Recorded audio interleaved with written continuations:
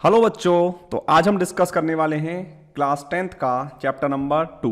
Chapter number 2 है हमारा, जो कि है एसिड बेसिस एंड सॉल्ट्स। तो इस चैप्टर को हम यहाँ पर देखने वाले हैं और मैं आपसे कहूँगा कि आप सबसे पहले कॉपी पेन लेकर के बैठिए, जिससे आप जो नोट डाउन कर रहे थे यानी नोट्स अपने बना रहे थे उनको हाथ की याद बनाते रहें, जिससे आपका जब एग्ज़ाम हो उससे पहले रिविज़न करने में आपको हेल्प मिलेगी। तो पहला चैप्टर जो था हमने केमिकल रिएक्शंस एंड इक्वेशन, वो ऑलरेडी पढ़ चुके हैं। अगर आपने वो चैप्टर नहीं देखा है तो पहले उसको जा करके देखिए, फिर आप चैप्टर नंबर 2 को देखेंगे। तो चैप्टर नंबर 2 का नेम है हमारा एसिड बेसिस एंड सॉल्ट्स। तो सबसे पहले बात आती है कि एसिड्स कौन होते हैं। तो सबसे पहले मैंने लिखा है बेसिक डेफिनेशन ऑफ एसिड्स हमारे पास में है। तो क्या है, these are the substances which have sour in taste, यानी कि ऐसी चीज़ें जो हमें खाने में कैसी नज़र आए, खट्टी नज़र आए, यानी खाने में जो चीज़ें हमें खट्टी नज़र आएंगी वो सब एसिड्स होते हैं। तो ये तो एक छोटी बेसिक वाली डेफिनेशन है। सेकंड, इसका एक मेन पॉइंट रहेगा जो कि है they turns blue litmus solution to red, यानी कि मेरे पास में एक सॉल्यूशन होता है, एक पेपर होता है जिसको मैं लिटमस पेपर बोलता हूँ। अगर मैंने एसिड को इस पर डाला तो मान लो मेरा जो ब्लू रंग का लिटमस पेपर था, ब्लू था, और इसके कलर को कैसा चेंज कर दिया, रेड कर दिया उस सब्सटेंस ने। तो मैं कह सकता हूँ कि वो सब्सटेंस कैसा है, मेरा एसिड है। They give H positive ions in aqua solution, यानी कि ये जो होंगे ये H पॉजिटिव आयंस प्रोवाइड करते हैं हमें एक्वा सॉल्यूशन में, यानी वाटर सॉल्यूशन में हमें H पॉजिटिव आयंस देंगे, उनको हम एसिड कहेंगे। नेक्स्ट पॉइंट है हमारा the term acid has been derived from the Latin word acidus which means sour, यानी जो एसिड वर्ड है वो हमारा कहाँ से लिया गया है, लैटिन भाषा के शब्द से लिया गया है, जिसका मतलब है एसिडस। और एसिडस का मतलब क्या होता है, सोर मतलब खट्टा, यानी जो चीज़ें खट्टी होती हैं हम कह सकते हैं कि उनको एसिड्स कहा जाता है। तो अब देखिए यहाँ पर हमारे पास में है strong acid, wake acid, concentrated acid and dilute acid. तो इन चारों को हम देखेंगे। फर्स्ट है हमारा स्ट्रॉन्ग एसिड्स। तो स्ट्रॉन्ग एसिड कौन से होंगे, जिनमें concentration of H positive ions बहुत ज़्यादा होगा, उनको हम स्ट्रॉन्ग एसिड्स कहते हैं।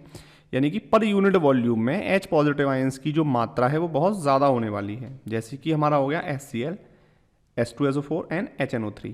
ठीक है, ये तीनों हमारे स्ट्रॉन्ग एसिड के एग्जाम्पल हो जाएंगे। नेक्स्ट है हमारा वीक एसिड्स। वीक एसिड में हमारा CH3COOH, ऑक्जेलिक एसिड और लैक्टिक एसिड। ठीक है, ये सब हमारे वीक एसिड्स के एग्जाम्पल हो जाएंगे, इसको नोट डाउन करते चलेंगे। कंसंट्रेटेड एसिड्स का मतलब क्या है कि having more amount of H positive, यानी कि acid positive plus less amount of water. मतलब क्या है इसका, जैसे मान लीजिए अगर मैं कह रहा हूँ कंसंट्रेटेड एसिड है, कंसंट्रेटेड एसिड का मतलब क्या है कि मेरे पास एक सॉल्यूशन है जिसमें H पॉजिटिव आयंस की जो अमाउंट है, उनकी डेंसिटी है वो ज़्यादा है, उसको मैं बोलूँगा कंसंट्रेटेड एसिड। डाइल्यूट एसिड में क्या होगा कि इसमें वाटर की जो अमाउंट होगी, water in more amount, water in more amount, यानी जब वाटर मोर अमाउंट में होगा उसको हम क्या कहेंगे, डाइल्यूटेड एसिड कहेंगे। ठीक है, तो एसिड यहाँ से हमारा कंप्लीट हो जाता है। नेक्स्ट हमारा जो मेन है वो है बेसिस। बेसिस का मतलब इसको हिंदी में हम क्षार भी कहते हैं, क्षार। ठीक है, इनको हम बेसिस कहते हैं। तो बेसिस कौन होते हैं, these are the substances which are bitter in taste, यानी हमें कुछ तीखे महसूस होते हैं, एंड सोपी इन टच। ठीक है, जैसा साबुन जैसा फील होता है हमें हाथ में, उसको हम क्या कहते हैं, बेसिस कहते हैं। तो फर्स्ट ऑफ ऑल क्या बात आई कि बिटर होंगे और सोपी इन टच होंगे। सेकेंड पॉइंट क्या है हमारा, they turn red litmus solution to blue, यानी कि जो मेरे पास में लिटमस था उस पर जब मैंने बेसिस को डाला तो क्या होगा, जो रेड लिटमस होगा वो मेरा कन्वर्ट हो जाएगा ब्लू में। तो मैं कहूँगा कि ये मेरे पास जो सब्सटेंस है वो क्या है, बेस है। ठीक है, they give OH negative ions in aqua solution, यानी कि जो एसिड थे वो तो H पॉजिटिव आयन देते थे, बट बेसिस क्या देंगे, OH नेगेटिव आयंस प्रोवाइड करेंगे मुझे एक्वा सॉल्यूशन में, यानी वाटर सॉल्यूशन में। अब हम बात करते हैं कुछ स्ट्रॉन्ग बेसिस की और वीक बेसिस की। स्ट्रॉन्ग बेसिस में कौन आएंगे, NaOH, KOH, CaOH का होल ट्वाइस, ये हमारे आ जाएंगे किसमें, बेसिस में, जो कि स्ट्रॉन्ग बेसिस होंगे। वीक बेसिस में हमारा आएगा NH4OH। ठीक है, अब नेक्स्ट पॉइंट आता है हमारा एल्कलीज। एल्कलीज कौन होते हैं, these are bases which are soluble in water, यानी ऐसे बेसिस जो वाटर में सॉल्युबल होंगे उनको हम एल्कलीज कहते हैं। यानी हर जो एसिड या हर बेस जो होगा वो सॉल्युबल नहीं होगा पानी में, लेकिन ऐसे बेसिस जो पानी में सॉल्युबल होंगे उनको हम एल्कलीज कहते हैं। नेक्स्ट हमारा आता है, यानी हमने एसिड पढ़ लिया, बेस पढ़ लिया, अब हमारा नंबर है सॉल्ट्स का। तो सॉल्ट्स क्या होते हैं?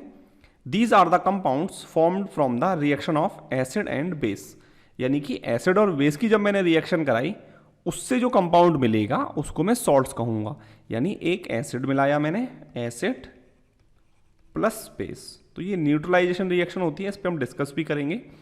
तो क्या बनेगा मेरा? सॉल्ट एंड वाटर बनेगा, ठीक है ना, सॉल्ट एंड वाटर की फॉर्मेशन होगी, तो यही मेरा क्या कहलाता है? सॉल्ट कहलाता है। नेक्स्ट देखते हैं, एग्जाम्पल देखेंगे सॉल्ट्स के, जो कि है NaCl एंड KCl, यानी ये दोनों हमारे एग्जाम्पल हो जाएंगे। और भी एग्जाम्पल्स होते हैं बट हमने यहाँ पे 2 एग्जाम्पल डिस्कस किए हैं। अब नेक्स्ट आता है हमारा इंडिकेटर्स। इंडिकेटर क्या होते हैं? These are the substances which change their colour, smell in different types of substances. मतलब क्या है इनका कि देखो कुछ सब्सटेंसेज ऐसे होते हैं जिनका कलर चेंज हो जाता है, एसिड में कुछ कलर होगा और बेस में कुछ कलर हो जाएगा, एसिड में कुछ कलर और बेस में अलग कलर प्रोवाइड करते हैं। या फिर क्या होता है, इनकी स्मेल चेंज हो जाती है, यानी एसिड में कुछ स्मेल होगी और बेस में स्मेल चेंज हो जाएगी। तो ऐसे जो भी ऐसे सब्सटेंसेस को हम क्या बोलते हैं? इंडिकेटर्स, यानी ऐसी चीज़ों को हम इंडिकेटर्स बोलेंगे। अब कौन कौन से इंडिकेटर्स हैं वो हम देखते हैं। पहला है हमारा नेचुरल इंडिकेटर्स, यानी जो हमें नेचर से मिलते हैं, प्लांट में मिलते हैं, तो उनको हम क्या बोलते हैं? Natural indicator. सेकंड है सिंथेटिक इंडिकेटर्स, यानी कुछ ऐसे केमिकल सब्सटेंसेस होंगे जो हमारे हमने खुद से प्रोड्यूस करे हैं, उनको हम सिंथेटिक इंडिकेटर्स बोलते हैं। Olfactory indicators, these are substances having odour in acid and base, यानी different odour in acid and base, यानी कि ऐसे सब्सटेंसेज जिनका ऑर्डर यानी कि खुशबू एसिड में कुछ होगी और बेस में कुछ होगी, उनको हम ऑल्फैक्टरी बोलेंगे। सिंथेटिक यानी कि हमने खुद से बनाए हैं, नेचुरल यानी प्रकृति में पाए जाते हैं। एग्जाम्पल देखेंगे, litmus, red cabbage leaves, extract flowers and hydrangea plant और टर्मरिक, यानी ये सब, यानी लिटमस होता है हमारा, तो लिटमस मैंने अभी बताया था कि एसिड में रेड कलर देता है और बेस में ब्लू कलर देता है, ठीक है। इस पर अभी हम डिस्कस भी करेंगे नीचे। अगर सिंथेटिक की बात करूं मैं तो मिथाइल ऑरेंज एंड फिनोप्थलीन, ठीक है। और ऑल्फैक्टरी की अभी हम नीचे बात करने वाले हैं। तो सबसे पहले आप इस टेबल को भी बनाएंगे, चार्ट बहुत इंपॉर्टेंट है। लिटमस यानी नेचुरल इंडिकेटर की बात करूंगा तो litmus, red cabbage, flower and turmeric, यानी फ्लावर ऑफ हाइड्रेंजा प्लांट, ठीक है। Smell colour in acidic solution, यानी एसिड में क्या रहेगा और बेस में क्या रहेगा, यानी लिटमस जो होगा वो एसिड में रेड कलर देगा और बेस में ब्लू कलर देगा। रेड कैवेज लीफ एक्सट्रैक्ट क्या करेगा, एसिड में रेड कलर देगा और बेस में ग्रीन कलर देगा। फ्लावर ऑफ हाइड्रेंजा प्लांट ये क्या करेगा, एसिडिक सॉल्यूशन में ब्लू कलर और बेसिक सॉल्यूशन में पिंक कलर प्रोवाइड करता है। टर्मरिक यानी हल्दी जो हमारी होती है, एसिड सॉल्यूशन में कोई भी रंग नहीं देगी, लेकिन जब बेसिक सॉल्यूशन होगा तो वो अपने येलो कलर से रेड कलर में चेंज हो जाती है, ठीक है। अब हम बात करते हैं सिंथेटिक इंडिकेटर्स की, यानी सिंथेटिक इंडिकेटर्स क्या होते हैं। फिनोप्थलीन, ठीक है, एसिड में क्या करेगा, कलरलेस रहता है और बेसिक में क्या हो जाता है, पिंक, यानी बेस सॉल्यूशन में डालूंगा तो वो पिंक रंग देगा हमें। मिथाइल ऑरेंज एसिड में रेड रहेगा और बेसिक में येलो कलर देगा। नेक्स्ट हमारा ऑल्फैक्टरी इंडिकेटर। ऑल्फैक्टरी इंडिकेटर कौन होते थे, जिनमें उनकी ऑर्डर यानी खुशबू चेंज हो जाती थी, उनको हम ऑल्फैक्टरी इंडिकेटर्स कहते थे। फर्स्ट हमारा ऑनियन, यानी हमारी जो प्याज होती है, करेक्टरिस्टिक स्मेल, यानी जो स्मेल थी वो उसकी रहेगी, लेकिन बेसिक सॉल्यूशन में क्या होगा, स्मेल गायब हो जाएगी, यानी स्मेल खत्म हो जाएगी किसमें, बेसिक सॉल्यूशन में।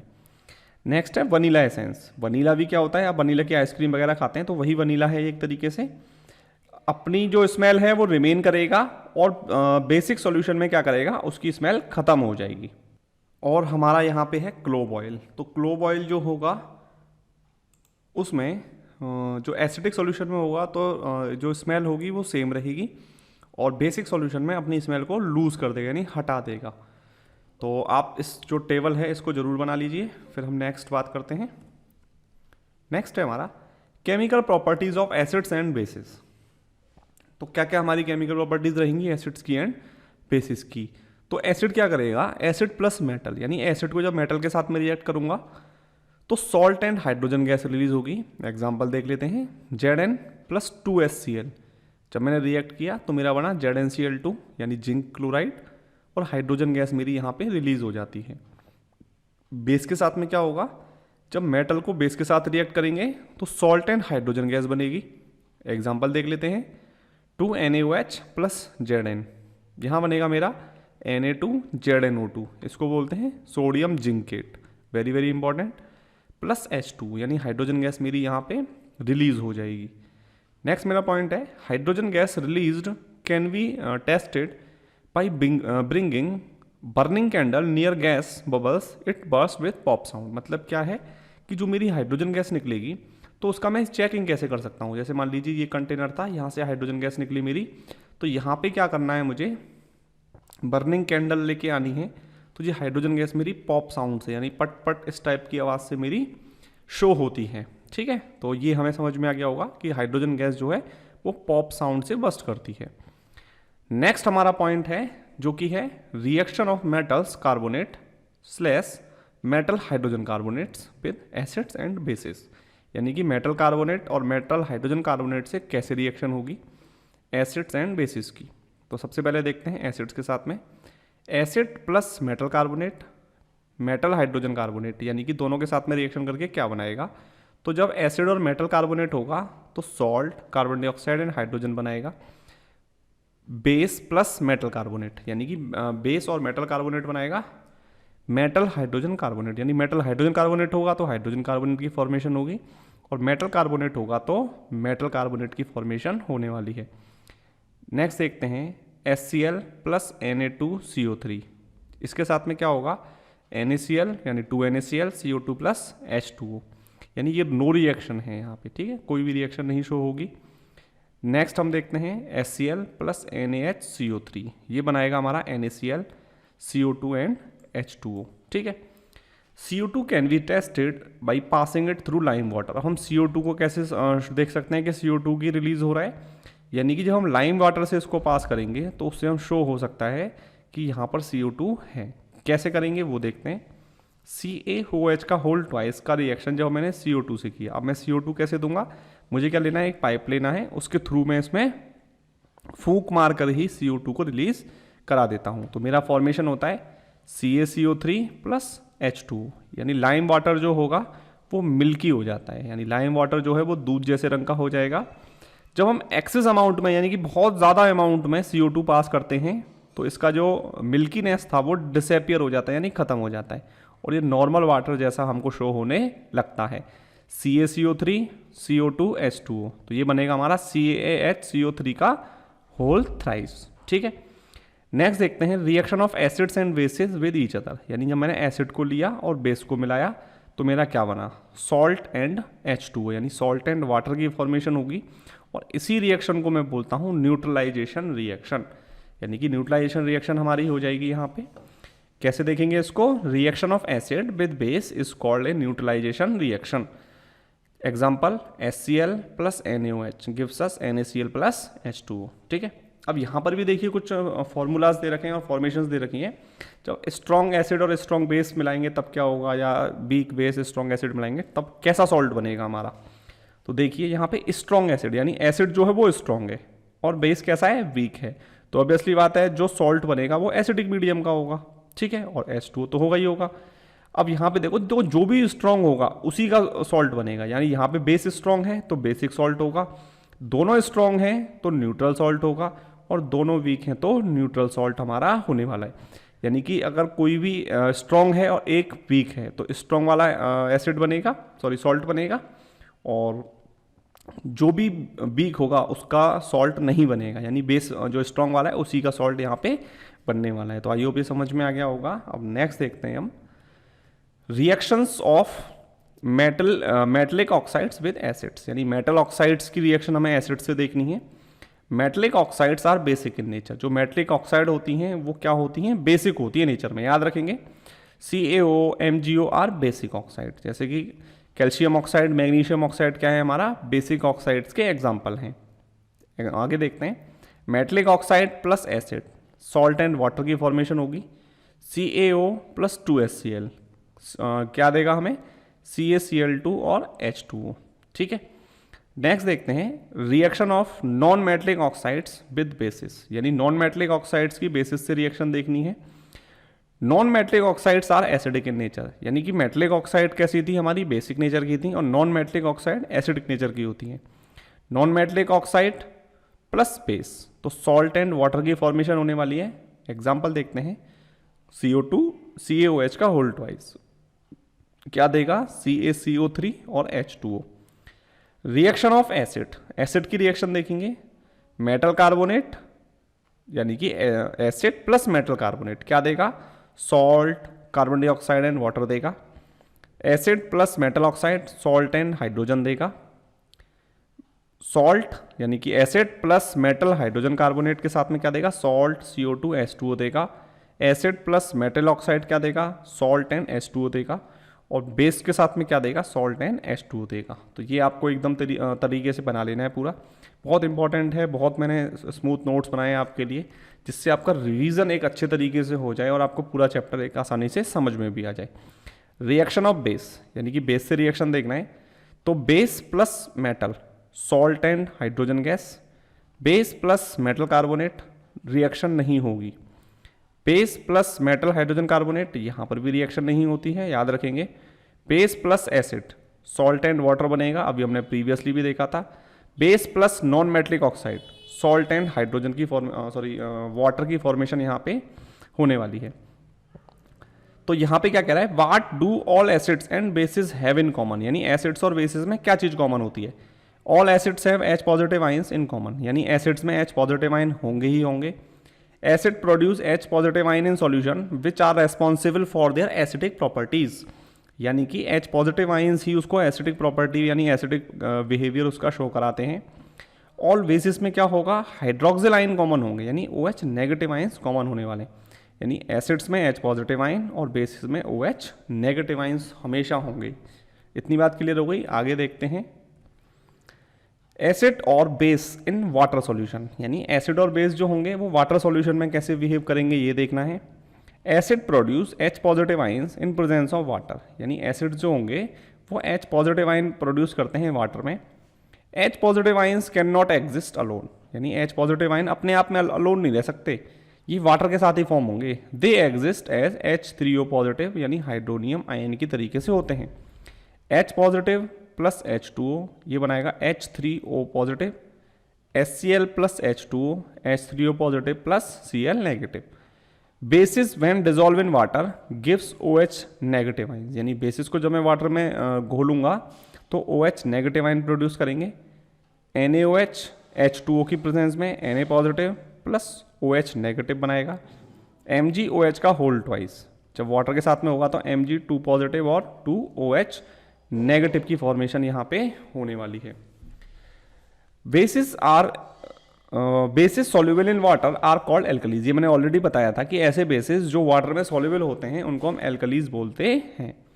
While diluting acid it is recommended that the acid should be added to water and not water to the acid because the process of dissolving an acid or base in water is highly exothermic. मतलब क्या है, देखिए यहाँ पे दे रखा है कि more amount में एसिड हो और लेस अमाउंट में वाटर मिला दूं मैं, तो ये मेरे लिए गलत होगा। मतलब लार्ज अमाउंट में हीट प्रोड्यूस होगी जो आपको हार्म कर सकती है। लेकिन क्या मेरे लिए सही है, वाटर लिया एसिड लिया, यानी वाटर लार्ज अमाउंट में है और एसिड लेस अमाउंट में इसमें मैं डिजोल्व करूंगा तो मेरा क्या हो जाएगा, डाइल्यूशन हो जाएगा, यानी जो मेरा जो एसिड है वो डाइल्यूट हो जाएगा। यानी ये मेरे लिए अच्छी बात है और ऐसा मुझे कभी भी नहीं करना है। If water is added to acid the heat generated may cause the mixture to splash out and cause burns and the glass container may also break due to the excessive local heat। मतलब क्या है कि यदि मैंने acid में water मिला दिया, यानी लार्ज अमाउंट में एसिड और लेस अमाउंट में यदि मैंने वाटर मिला दिया तो एक लार्ज अमाउंट में हीट प्रोड्यूस होगी जो बीकर को तोड़ देगी, आग लगा देगी, आपको हार्म कर सकती है। तो हमें ऐसा बिल्कुल भी नहीं करना है। नेक्स्ट है एडिंग वाटर टू एसिड में, यानी एडिंग वाटर टू एसिड क्या क्या हो सकता है, cause mixture to splash out, यानी कि पूरा कॉज हो जाएगा, आपको दिक्कत हो जाएगी, कंटेनर भी टूट जाएगा पूरा। तो ऐसा बिल्कुल नहीं करना है हमें, ये प्रोसेस हमें नहीं करनी है बिल्कुल भी। नेक्स्ट है mixing N acid or base with H2O result in decrease the concentration of H3O positive ion या OH negative ion per unit volume. मतलब क्या है कि H पॉजिटिव आइंस और OH नेगेटिव आइंस जो होते हैं वो मेरे वाटर में होते हैं, ठीक है। अगर मैं इसको डाइल्यूट करता हूँ तो इनकी कंसंट्रेशन क्या हो जाएगी, पर यूनिट वॉल्यूम में कम होना स्टार्ट हो जाती है। डाइल्यूशन का मतलब क्या है कि प्रति व्यक्ति के पास OH नेगेटिव या H पॉजिटिव आयंस की जो मात्रा है वो कम है, ठीक है। इसको हम बोलते हैं डाइल्यूशन। अब देखते हैं strength of acid and base, यानी कि जो स्ट्रेंथ है एसिड और बेस की वो कैसे देखते हैं। The strength of acid or base can be estimated using universal indicators. वो यूनिवर्सल इंडिकेटर्स क्या होते हैं उसको देखते हैं नेक्स्ट पेज पे। Universal indicator is a mixture of several indicator. It shows different colour at different concentrations of H positive ions in the solution. मतलब क्या है कि हमारे पास में एक ऐसी चीज़ जो हमें ये बताए कि किसमें H पॉजिटिव आयंस ज़्यादा हैं और किसमें H पॉजिटिव आयंस कम हैं, यानी कंसंट्रेशन पे क्या इम्पैक्ट पड़ रहा है, इसी को मैं क्या बोलता हूँ, यूनिवर्सल इंडिकेटर कहता हूँ। तो फर्स्ट है हमारा पीएच स्केल। पीएच स्केल क्या होगा, scale of measuring H positive ions, यानी मुझे H पॉजिटिव आयंस को मेजर करने के लिए मैंने एक स्केल बनाया, इसी को मैं पीएच स्केल कहता हूँ, जहाँ पर P का मतलब क्या होता है, पोटेंच, POTENZ, पोटेंच। इसका मतलब क्या होता है, ये जर्मन भाषा का शब्द है, इसका मतलब होता है पावर, यानी power of H positive ion concentration. H positive ion concentration के लिए मैं क्या यूज़ करता हूँ, पीएच स्केल यूज़ करता हूँ। आपको याद रखना है P यहाँ पे छोटा और H यहाँ पे बड़ा बनाते हैं, ये चीज़ आपको ध्यान रखनी है। यहाँ पे P आप बड़ा नहीं बना सकते हैं। It is clear. नेक्स्ट देखते हैं, pH जब 7 होता है तो उसको हम न्यूट्रल सॉल्यूशन बोलते हैं। लेस देन 7 जो pH होगा वो एसिडिक सॉल्यूशन को शो करेगा, और pH मोर देन 7 जो होगा वो बेसिक सॉल्यूशन को शो करता है। एग्जाम्पल देखते हैं, CH3COOH और H2CO3 यहाँ पे दे रखा है, तो H पॉजिटिव आयंस की कंसंट्रेशन बढ़ती जा रही है, यानी ये मेरी जो हैं वो वीक एसिड कहलाएंगे। क्या कहलाएंगे, वीक एसिड कहलाएंगे। और H पॉजिटिव आयन की कंसंट्रेशन बढ़ रही है, यानी HCl, H2SO4, HNO3 ये मेरे स्ट्रॉन्ग एसिड कहलाएंगे। अब वीक बेस देखता हूँ, NH4OH इस तरीके से शो होगा, और यहाँ पर मैं बेस की कंसंट्रेशन बढ़ रही है, यानी OH नेगेटिव आयन की कंसंट्रेशन बढ़ रही है, NaOH, KOH, CaOH का होल ट्वाइस। क्लियर हो गई इतनी बातें। On diluting N acid pH increases, on diluting a base pH decreases, ठीक है। तो इतनी बातें समझ में आ गई। तो pH जो होता है मेरा एक स्केल होता है इस तरीके से, जिसमें 0 से लेकर के 14 तक वैल्यूज़ लिखी होती हैं। बीच में हमारा होता है न्यूट्रल सॉल्यूशन, इधर जाने पर जो हमारी बेसिक करेक्टर है वो बढ़ता है, यानी बेसिसिटी बढ़ती है, और इधर जो होता है वो एसिडिक करेक्टर बढ़ता है, यानी इधर। It is clear. Importance of pH in everyday life, यानी हमारी लाइफ में pH की क्या इंपॉर्टेंस है, तो देखते हैं। Plants and animals are pH sensitive, यानी जो प्लांट एंड एनिमल हैं वो pH से काफ़ी सेंसिटिव होते हैं। Our body work within the pH range of 7 to 7.8, यानी हमारी जो बॉडी है वो 7 से लेकर के 7.8 pH तक ही वर्क करती है। 7 से 7.8 pH तक वर्क करती है। When pH of rain water is less than 5.6, यानी कि जो pH है वो हमारा 5.6 से कम हो गया तो इसको हम एसिड रेन नाम देंगे, ठीक है, यानी एसिड रेन यानी अम्ल वर्षा। pH of the soil, plants required a specific pH range for their health growth, यानी कि हेल्दी ग्रोथ के लिए प्लांट भी एक pH तक ही अच्छे से ग्रो करते हैं, अदरवाइज उनमें प्रॉब्लम आना स्टार्ट हो जाती है। नेक्स्ट देखते हैं, pH इन अवर डाइजेस्टिव सिस्टम, यानी हमारा जो पेट होता है उसमें कैसे pH वर्क करता है। वेरी वेरी इंपॉर्टेंट लाइन है यहाँ पे। Our stomach produces HCl which helps in digestion, यानी कि हमारा स्टमक है वो HCl प्रोड्यूस करता है, हाइड्रोक्लोरिक एसिड प्रोड्यूस करता है।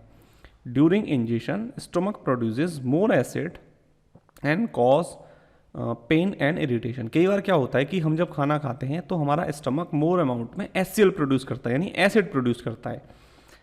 नेक्स्ट देखते हैं, to get rid of this pain, यानी जो हमारे यहाँ पेट में क्या हो गया, ज़्यादा अमाउंट में एसिड आ गया तो उसको अब न्यूट्रलाइज करना है। तो हम क्या करते हैं, एक बेस खाएंगे तो न्यूट्रलाइजेशन रिएक्शन होगी ना। अभी मैंने बताया था कि acid plus base, acid plus base gives us क्या होता है, salt and water. Salt plus water की फॉर्मेशन होगी। तो एसिड ज़्यादा है तो मुझे क्या खाना चाहिए, बेस खाना चाहिए, तो मैं यहाँ बेस खाऊंगा।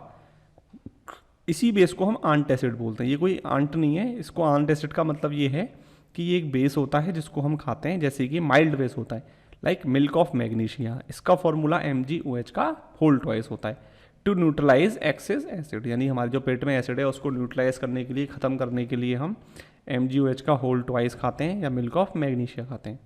नेक्स्ट देखते हैं pH changes as cause of tooth decay. कई बार हमारे दांतों में जो कीड़ा लग जाता है वो क्यों लगता है, तो वो भी हमारा जो pH होता है माउथ का वो लेस देन 5.5 हो जाता है, जिससे हमारे क्या होता है जो टीथ होते हैं वो डिके होना यानी कीड़ा लगना उनमें स्टार्ट हो जाता है। तो होता क्या है इसमें, tooth enamel made up of calcium phosphate, this is very important line, कई बार पूछा गया है कि हमारा जो टूथ डिके है टूथ का एनेमल है वो किससे बना होता है, तो हम आंसर देंगे कैल्शियम फॉस्फेट का बना होता है। ऑप्शन में कैल्शियम कार्बोनेट भी होता है तो कई बच्चे उस पर टिक कर देते हैं, गलत होगा, कैल्शियम फॉस्फेट का बना होता है। Hardest substance in the body, यानी हमारी बॉडी में यदि कोई हार्डेस्ट सब्सटेंस है तो वो कैल्शियम फॉस्फेट है। Does not dissolve in water but corrode when pH is lower, यानी कि जब हमारा जो pH है वो 5.5 से कम होना स्टार्ट हो जाएगा तो हमारे दांत कोरोड होना स्टार्ट हो जाएंगे।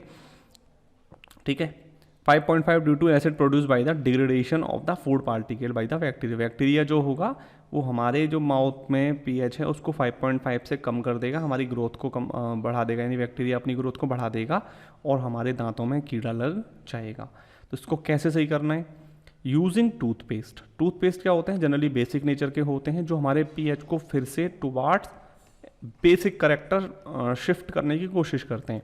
ठीक है, तो यानी एसिडिक की तरफ इधर और बेसिक की तरफ शिफ्ट कर देगा कौन, हमारा पेस्ट, यानी टूथपेस्ट कर देगा, तो हमारे क्या है टूथ डिके हमारा कहीं ना कहीं रुक जाता है। नेक्स्ट देखते हैं self defence by animals and plants through chemical welfare, मतलब क्या है कि जो हमारे कई बार क्या होता है जो चींटी होती है या फिर जो मधुमक्खी वगैरह होती है वो हमें खा जाती हैं, तो उनके जो उनका स्टिंग होता है यानी उनका डंक जो होता है उसमें होता क्या है, उसमें होता है एसिड, और एसिड हमारे में बॉडी में इंजेक्ट कर देती हैं, इससे हमें क्या मिलता है, परेशानी होती है, दर्द होता है। तो हमें क्या करना चाहिए, हमें उस पर क्या लगाना चाहिए, बेस लगा देना चाहिए। कोई भी बेस लगा देंगे यानी खाना सोडा लगा देंगे तो क्या होगा, वो न्यूट्रलाइजेशन हो जाएगी और हमें उससे तुरंत रिलीफ मिल जाएगा। तो bee sting leaves and acid which cause pain and irritation, यानी कि एसिड छोड़ देती हैं जो बी होती हैं हमारे बॉडी में। Use of mild base like baking soda and on stung area gives relief, यानी कि अगर मैं इस पर क्या करूँगा, कोई भी माइल्ड बेस लगा दूंगा तो जो मेरे को दर्द हो रहा है उसको मुझे फ़ायदा मिल जाएगा। Stinging hair of nettle leaves inject methanoic acid, यानी इनके जो डंक में क्या होता है, मेथेनोइक एसिड होता है, कॉजिंग बर्निंग सेंसेशन और पेन, इससे क्या होता है, बर्निंग होती है, सेंसेशन होता है। Rubbing with leaf a dog plant give relief, जो डॉग प्लांट होता है वो भी हमें क्या करता है, इससे रिलीफ दिलाता है। तो अब देखिए यहाँ पे 3 पॉइंट है हमारे पास, strong acid, strong base, neutral salt, pH 7। अब मैंने आपको बताया था, अभी तो हम पढ़ भी चुके हैं ना कि स्ट्रॉन्ग जो होगा उसी टाइप का सॉल्ट बनेगा। तो यहाँ पर क्या कह रहा है, स्ट्रॉन्ग एसिड, तो मैं सीधा सीधा बोलूँगा कि स्ट्रॉन्ग एसिडिक करेक्टर का बेस सॉल्ट बनेगा। यहाँ जो बेस है वो स्ट्रॉन्ग है तो बेसिक करेक्टर का मेरा यहाँ पे सॉल्ट बनने वाला है। तो आई होप आपको समझ में आ गया होगा, इसका स्क्रीनशॉट भी ले सकते हैं। नेक्स्ट देखते हैं, नेक्स्ट है हमारा यहाँ पे, अब हम कुछ कंपाउंड्स के बारे में देखेंगे जो हमें मेन कंपाउंड्स पढ़ने हैं। 5 कंपाउंड यहाँ पे हमें पढ़ने और हमारा चैप्टर यहाँ पे खत्म हो जाएगा। तो वेरी वेरी इंपॉर्टेंट, इनमें से देखो कुछ ना कुछ बोर्ड में ज़रूर आता है जो अभी पढ़ाने वाला हूँ। ठीक है, तो फर्स्ट है मेरा सोडियम हाइड्रोक्साइड। अब मुझे कौन कौन पढ़ना है, सोडियम हाइड्रोक्साइड यानी NaOH, इसका फॉर्मूला लिख लीजिए। ब्लीचिंग पाउडर, इसका फॉर्मूला CaOCl2, बिल्कुल लिख लो। Baking soda NaHCO3, washing soda Na2CO3.10H2O, plaster of Paris CaSO4.12H2O। सबसे पहले आप इन 5 को नोट डाउन कर लीजिए, फिर हम इस पर डिस्कस करते हैं। अब हम देखते हैं फर्स्ट सोडियम हाइड्रोक्साइड यानी कि NaOH। When electricity is passed through an aqueous solution of NaCl यानी brine, it decomposes to form NaOH, यानी कि इसी को हम क्या बोलते हैं, क्लोर एल्कली प्रोसेस भी कहते हैं। अब इसका मतलब क्या है, यानी NaCl में मैंने वाटर की रिएक्शन कराई तो मेरा क्या बना, NaOH बना, Cl2 बना और H2 बना। एनोड पे क्या मिलेगा मुझे, Cl2 मिलेगी, कैथोड पे मुझे H2 मिलेगी और नियर कैथोड NaOH का सॉल्यूशन मिल जाएगा। तो बात आती है सोडियम हाइड्रोक्साइड के यूज़ क्या क्या हैं, तो फ्यूल्स में, मार्गिन में। Cl2 का यूज़ कहाँ पे है? वाटर ट्रीटमेंट में, पीवीसीज में, सीएफसीज में। मतलब वाटर ट्रीटमेंट मतलब वाटर को शुद्ध करने में पीवीसी जो होती है उसमें भी यूज़ होता है, और सीएफसी जो होती है क्लोरोफ्लोरोकार्बन, उसमें भी इसका यूज़ करते हैं। HCl का कहाँ यूज़ है? क्लीनिंग स्टील्स में, यानी स्टील को साफ करने में, मेडिसिन में, इन सब में यूज़ होता है। NaOH का कहाँ यूज़ है? Degreasing metals, soaps and paper making, यानी पेपर मेकिंग मतलब कागज़ बनाने में, सोप बनाने में, ठीक है ना, इन सब में इसका यूज़ होता है। Cl2 प्लस NaOH ब्लीचिंग में, हाउस होल्ड ब्लीच यानी घर में जो हम ब्लीचिंग वगैरह करते हैं, और ब्लीचिंग जो हमारा फेस पर भी हम ब्लीच कराते हैं, उस सब में इसका यूज़ होता है। नेक्स्ट है हमारा ब्लीचिंग पाउडर। ब्लीचिंग पाउडर क्या होता है? It is produced by the reaction of chlorine on dry slagged lime, यानी ड्राई स्लैग्ड लाइम पर जब मैं क्लोरीन की रिएक्शन कराता हूँ तो मुझे ब्लीचिंग पाउडर मिलता है। Cl2 और CaOH का होल ट्वाइस, ये बनाएगा मुझे CaOCl2 और H2। Very very important reaction, board में पूछी जाती है। यूजिंग क्या है इसके? चारों यूज हैं, उनको देखते हैं। Bleaching cotton and linen in textile industry, यानी कि कॉटन को ब्लीच करने में, और लिनेन इंडस्ट्री यानी कपड़े की जो उद्योग होते हैं उन सब में इसका यूज़ होता है। ब्लीचिंग वुड पल्प इन पेपर फैक्ट्रीज, यानी जो हम पेपर यूज़ करते हैं उसमें जो लकड़ी होती है ना, लुगदी जिसको बोलते हैं, हिंदी में लुगदी बोलते हैं इसको, लुगदी के वुड पल्प को बनाने में भी इसका यूज़ होता है। Oxidising agent in chemical industry, बहुत सारी केमिकल इंडस्ट्रीज़ में भी यूज़ होता है। और डिसइंफेक्टिंग ड्रिंकिंग वाटर, यानी जो पानी है उसको शुद्ध करने में भी इसका यूज़ हम करते हैं ब्लीचिंग पाउडर का। क्लियर हो गया? नेक्स्ट देखते हैं बेकिंग सोडा। ये हम घर में यूज़ करते हैं। इसका फॉर्मूला है सोडियम हाइड्रोजन कार्बोनेट, यानी NaHCO3, NaCl H2O CO2 plus NH3, इन सबको मिला के क्या बनेगा हमारा? NH4Cl और NaHCO3। NaHCO3 ही हमारा क्या कहलाता है? बेकिंग सोडा कहलाता है। आगे देखते हैं, तो इसके यूजेस वगैरह देखते हैं। It is an mild non corrosive base, यानी ये कोरोजन प्रोसेस को नहीं करता है, यानी कोरोड नहीं करेगा जिसमें इसको रखा जाएगा। सेकंड है when it is heated during cooking, जब इसको हम हीट करते हैं, NaCO3 को जब मैंने हीट किया तो बनेगा Na2CO3 H2O और CO2। इसके यूजेस देख लेते हैं तीनों। For making baking powder, baking powder बनाने में हमारा इसका यूज़ होगा। When baking powder is heated और mixed with water, CO2 is produce which causes bread and cake, यानी कि जो हमारा केक, ब्रेड और ये ढोकला वगैरह जो हम बनाते हैं, इन सब में इसको हम यूज़ करते हैं, जिससे हमारा जो भी हमें बनाना है वो आसानी से क्या हो जाता है? फूल जाता है, मोटा हो जाता है। एन इंग्रेडिएंट इन आंटासिड, जो हम आंटासिड खाते हैं, यानी कि जब गैस वगैरह बन जाती है उसमें जो हम खाते हैं उसको आंटासिड बोलते हैं, उसको बनाने में भी इसका यूज़ होगा। Used in soda acids and fire extinguishers. Fire extinguishers क्या होते हैं? जो अग्निशामक यंत्र इनको बोलते हैं हिंदी में, इन सब में इसका यूज़ होगा। सोडा एसिड्स जो होते हैं उनमें भी यूज़ होता है। अब बच्चों हमारे दो बचे हैं, जो कि है washing soda and plaster of Paris, इनको भी देखते हैं। वॉशिंग सोडा क्या है? Recrystallisation of sodium carbonate gives washing soda. Reaction क्या होगी? Na2CO3 प्लस 10H2O, क्या बनेगा मेरा? यानी कि यहाँ पर देखिए प्लस है और ये मेरा डॉट में कन्वर्ट हो जाएगा, Na2CO3 डॉट 10H2O। क्या क्या यूज़ है? In glass, soap and paper industry, इनमें यूज़ होगा। मैन्युफैक्चरिंग ऑफ बोरेक्स, बोरेक्स को बनाने में यूज़ होगा। Cleaning agent for domestic purpose, यानी कि साफ सफाई के लिए घरों में यूज़ होता है। For removing permanent hardness of water, very very important line, this one is very very important, paper में पूछा जाता है कि परमानेंट हार्डनेस को हटाने में किसका यूज़ करेंगे? तो वॉशिंग सोडा का यूज़ करते हैं, बहुत इंपॉर्टेंट है। बच्चों लास्ट इस चैप्टर का प्लास्टर ऑफ पेरिस, जिसको हम POP के नाम से बोलते हैं, इसका नेम क्या है? कैल्शियम सल्फेट हेमीहाइड्रेट, ठीक है। फॉर्मूला क्या है? CaSO4 डॉट हाफ H2O, ठीक है। ये मल्टीप्लाई में होता है, यानी यहाँ डॉट रहेगा। On heating gypsum CaSO4.2H2O at 373 Kelvin, it loses water molecule and becomes plaster of Paris. जब हम जिप्सम को हीट करते हैं 373 केल्विन पे, तो हमारी POP की फॉर्मेशन हो जाती है। It is white powder and on mixing with water it changes to gypsum, ठीक है। जब हम इसमें वाटर मिक्स करते हैं तो जिप्सम में फिर से कन्वर्ट हो जाता है। कैसे? CaSO4 डॉट हाफ H2O, जब मैंने इसमें वाटर मिलाया यानी 1.5 H2O, 1.5 H2O, तो मेरा क्या होता है? CaSO4 डॉट 2H2O की फॉर्मेशन यहाँ पे हो जाती है। तो यूज़ क्या क्या है इसके? Doctor use POP for supporting fractured bone, यानी कि जो हड्डी टूट जाती है उस पर जो प्लास्टर होता है वो पीओपी का होता है इसी का।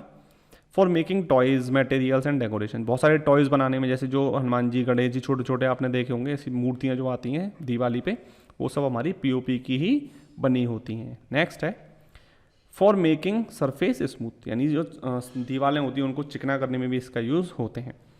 नेक्स्ट देखते हैं वाटर ऑफ क्रिस्टलाइजेशन।